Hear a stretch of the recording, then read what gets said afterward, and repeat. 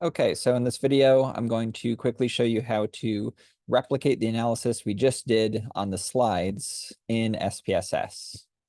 And so this analysis is going to be what's called a one-way ANOVA, which is specifically an ANOVA that has just one independent variable that we are analyzing. So I didn't show you in this video how I set up the data here. I just kind of pulled up the data set that we were just working with in the slides. But for your knowledge, how we would go about doing that is very similar to what we would do for an independent samples t-test. So in the last unit, the last week, the independent samples t-test video I created, I showed you how you'd be setting up a simple sort of two-group independent samples comparison there.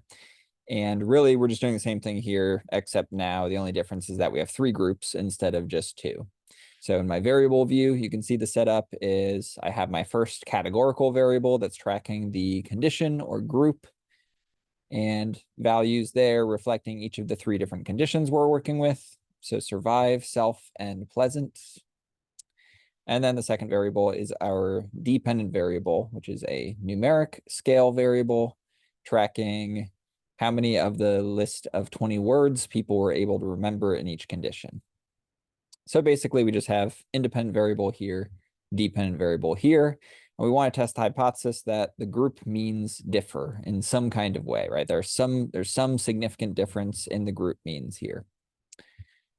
So there are two different ways we can go about doing this, the same exact analysis. It should get us to the same exact statistics, the same F ratio, the same p-value, no matter how we do this.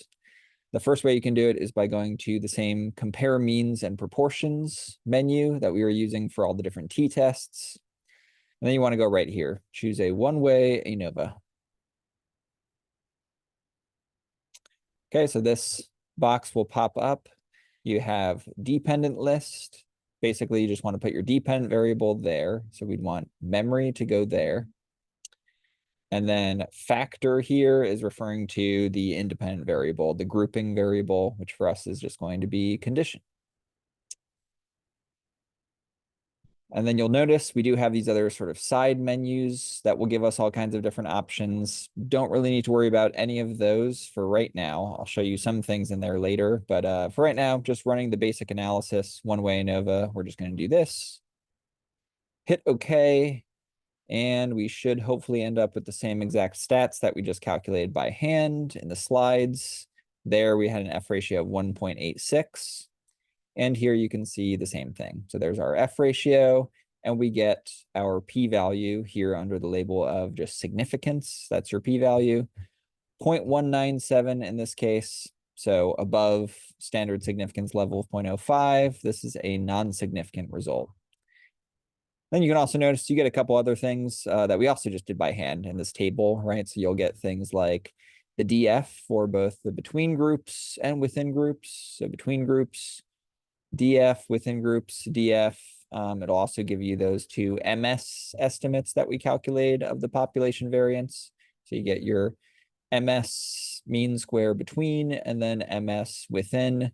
And so just keep in mind what the F ratio is just the ratio of those two things, right? So you just be taking this number, divide it by this number. That's how we're getting to this F ratio. Effect sizes, don't worry about for now. So that is the first way that you could conduct this analysis.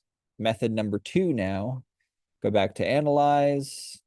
And then instead of the compare means and proportions menu, we're going to go here instead to general linear model.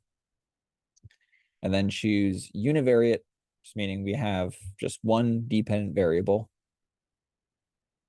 Okay, menu is going to look a little bit different than what we were working with before. But again, we have a spot here for a dependent variable.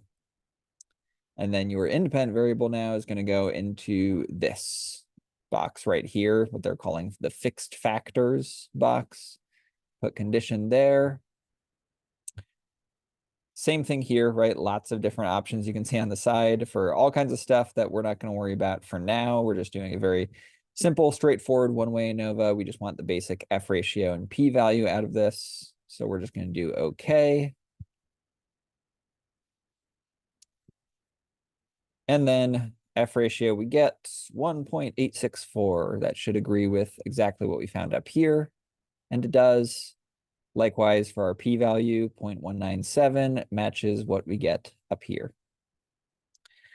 Okay, so that's just the basic one-way ANOVA when you have equal sample sizes within all of your groups. Again, important thing to remember is this is just one kind of ANOVA. There's lots of different things that we can do with ANOVA.